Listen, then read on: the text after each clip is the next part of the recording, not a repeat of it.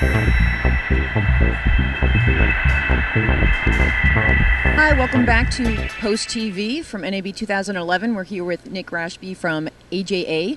They have a ton of updates to some existing products. They've got some new cool stuff going on, and we're going to let Nick just tell us what's happening. Hi, how you doing? So, we have three ways of looking at our business. We have acquire, edit, and convert, which is sort of the way we've been segmenting our business just to understand what we do, and we have announcements in each segment of it. So on the acquire side, which is our Key Pro and Key Pro Mini, on the Key Pro Mini, we have new firmware, version 2.5 firmware, and those available Monday. That introduces some new frame rates and raster sizes and length control. And the Key Pro Mini also is endorsed by Red as the first ProRes solution that they recommend for their Epic users. So that was pretty cool, just sort of a validation of Key Pro, and that it's been here for 2 years and it's in the hands of thousands of people, and it's really just a solid, proven tool. Then on our edit side of the business, we have some very significant news. The Kona 3G is a card that we introduced at IBC and been just wildly received since then. And we have new version 9 software update that was also available Monday as a free download to our customers that turns on a new 4K mode. So we never advertised the card to do 4K, but with a simple firmware update, all of a sudden it can do 4K. It's got 4 BNCs on it that typically are for 2 in, 2 out for dual link and other things, but they're actually bidirectional. So we just switch them on as now outputs to feed Sony 4K monitors and projectors. So that's been getting a lot of buzz. And we're doing technology previews, which is sort of a new thing for us, but doing like a sneak peek into technologies that are coming down the pike from AJA. So Thunderbolt, you have a Thunderbolt product that you're working on, is that correct? Yeah, so we're referring to these things by their engineering code names, and we'll reveal that we're Star Trek dorks. But the first one is codename Phaser, which is our Thunderbolt product, and it's built sort of on the IO Express form factor. And we're actually showing the engineering prototype working in our booth, taking an live HD SDI feed from a Canon camera, and then sending it to a MacBook Pro over Thunderbolt. So it's pretty exciting technology. We're pretty jazzed about Thunderbolt, and we expect to roll out products very soon around Thunderbolt. And then the second piece of sort of technology preview that we're doing is codename Riker, and it's this all singing, all dancing 5K, 4K, 2K, HD, and more box that allows you to work in any resolution up to 5K in real time on a Mac or PC, and has this very serious processing power for doing very deep 3D LUTs and doing very sophisticated arbitrary scaling at any resolution. At absolute full quality, and it'll also do new, sort of the more talked about high frame rate 3D modes that have been talked about recently in 2K and 4K. In 2K up to 60 hertz per eye at 444, so a lot of processing power on that box.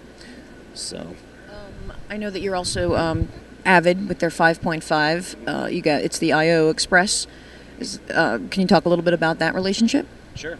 Yeah, it's pretty cool for us to now be supporting Avid with our retail products. We've been supporting them for years, sort of under the hood with the DS and other things, with our OEM cards powering the video I/O that they needed. And now the IO Express is the first third-party device for I/O on Media Composer and Newscutter, and that's been a huge hit. In fact, our manufacturing people stopped, and there's this deluge of IO Express orders, so it's been great for AJ and hopefully for Avid and their users as well. You guys have a lot of relationships with other manufacturers. I mean, that's from the get-go. How does that help your business?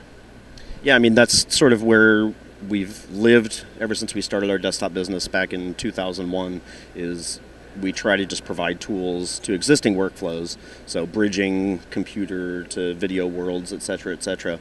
So we just have great partnerships with Avid, Autodesk, Apple, Avid more, and we're actually, I think, the only people here at the show that can claim that we're showing video I/O on sort of all the big NLE manufacturers. AJA survives on partnerships. We love partnerships, and we try to be a good partner to the people that we deal with. So hopefully they say the same thing about us, but you never know. I've got a couple of questions on the Thunderbolt product demonstrations. Are they direct-to-edit products? Are they onboard products for cameras? Are they transfer products? Can you talk a little bit about that? Yeah, at the moment, excuse me, we're just showing sort of just the technology, and then products around the technology will come soon. And we're showing the industrial design for what will probably be the first product that we make, which is what I was talking about around sort of the IO Express form factor.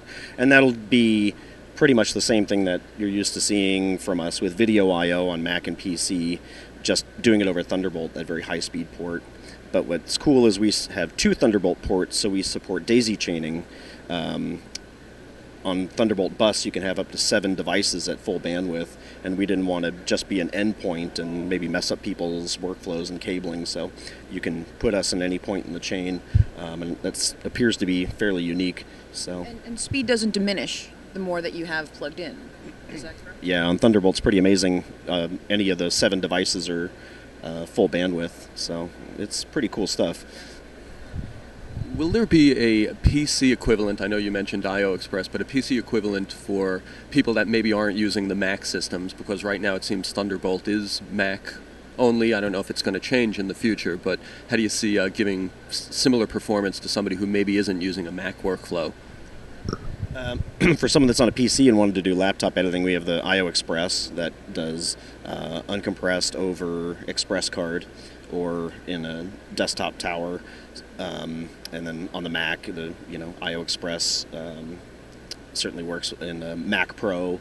So devices that don't have Thunderbolt, I'm not sure if they ever will or when that'll happen. But certainly our stuff would be portable to whatever devices come. What have you been hearing here at the show in terms of trends? And Thunderbolt, obviously. Anything else that's been popping up? It seems like 4K is less of a science fair than it used to be, and so a lot of people are just really understanding 4K and the higher resolution stuff, 5K like Epic, and just how they're going to use it and apply it and have a solid workflow around it. So it seems like there's a lot of good tools, software tools and hardware tools out there now, and great cameras like Epic and the new Sony F65 and others that are out that just seem to be, introducing very great workflows at those higher resolutions, and hopefully things like the new 4K mode in Kona 3G and the 5K box that we'll get to, are helping that along. But I, like you said, beyond Thunderbolt, I think that's what the majority of what we're hearing.